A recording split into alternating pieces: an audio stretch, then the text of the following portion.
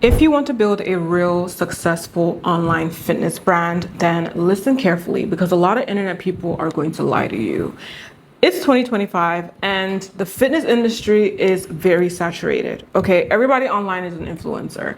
Everybody online is posting content. Everyone's trying to sell you something. But social media today is completely different from what social media was back in like 2016, 2017 when I started putting out my own fitness content and when I just got started in training. The landscape was completely different, right? And yes, there was competition back then, but the fitness industry wasn't as saturated as it is now. And back then in like 2016, 2017, being an influencer like full time, it actually being a career for most people was literally just picking up. So visibility was almost guaranteed if you consistently showed up. But now fast forward to now where we have so many apps, it's so easy for anybody to go viral. Everybody is picking up a camera.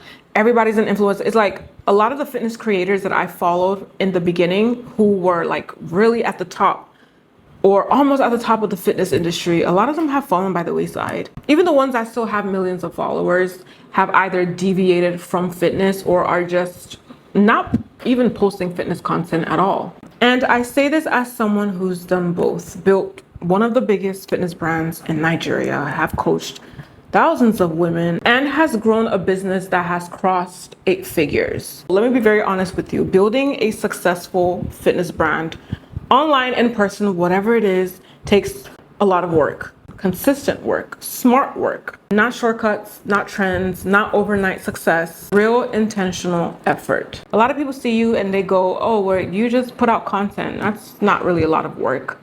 Content is probably one of the most important factors of building a brand. What content are you putting out? What value are you bringing to people? If you want to build an online fitness brand, content is not optional.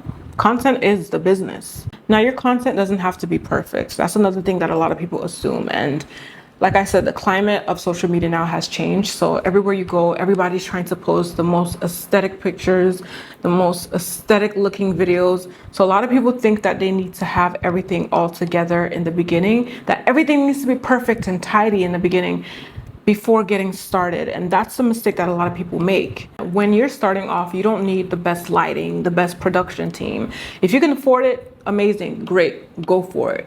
But that shouldn't be the end all be all to whether or not you start putting yourself out there. Say for instance, if I was waiting for the perfect lighting, the perfect camera, the perfect team before I got started, I never would have started. I literally started posting content. First of all, I started recording content on my iPhone because that's all I had at the time. So I was posting and creating my YouTube videos on my iPhone 6.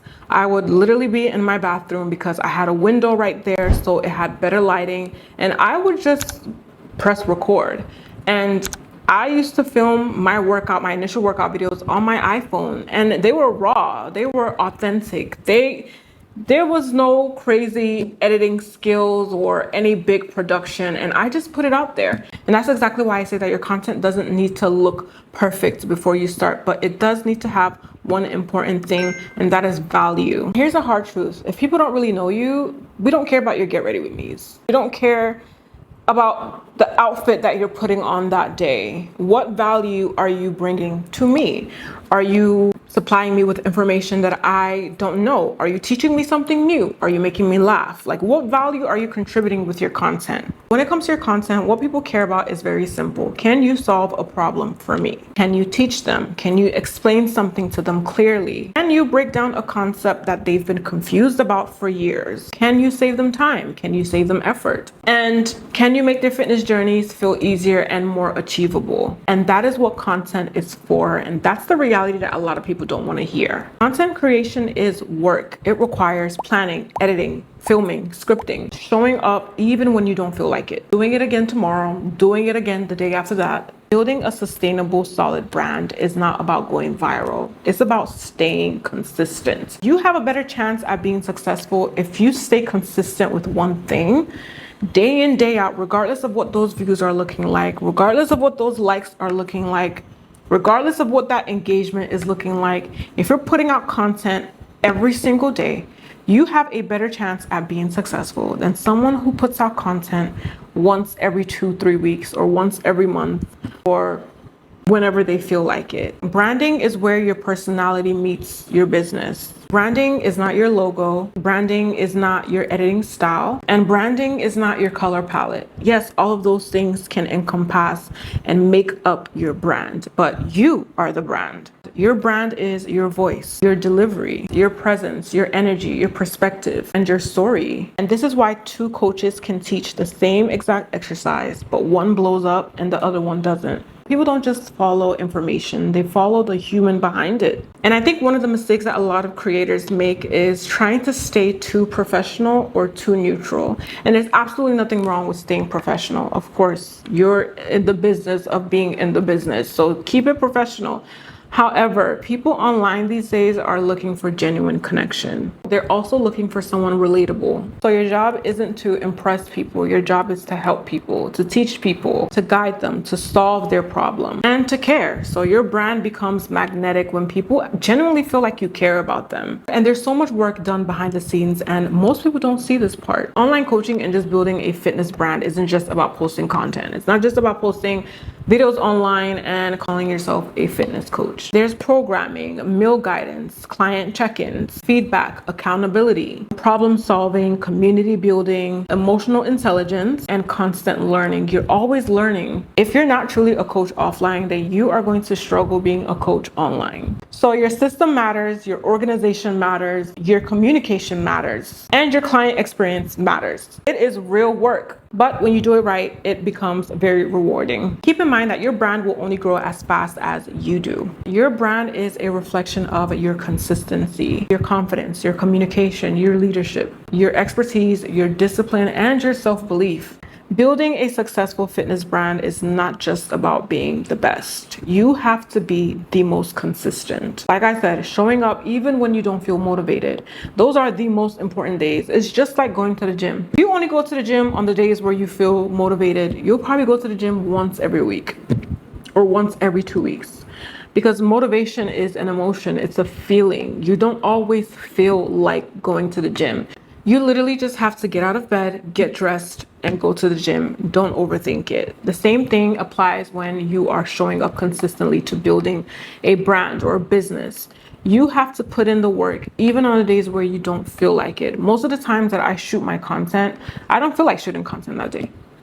But it's literally on my content calendar. It's on that day, at that time that I said I'm going to shoot this particular video. It doesn't really matter what I'm doing. It doesn't matter how I'm feeling that day or that morning. Once that time comes, I need to shoot that video. Otherwise, it's going to roll over into the next day. And then I'm going to pile on my workload for the next day. And then the next day. And then that's how you end up overwhelmed and burnt out by the end of the week. So you have to get your mind to that point where you zero in and say, regardless of how I'm feeling, I have to get this done. That is how you build consistency, which then builds the discipline that you need to stay consistent as long as you can, as long as you have to, as long as you're building this business until you get to the point where you want to get to. So consistency is extremely important. That's where the average person falls off. Showing up even when you're not motivated, creating value even when the views and the engagement isn't there. Also, it's about improving, adapting, learning, and evolving. The people who are going to win in 2026 are not the people who are the most aesthetic.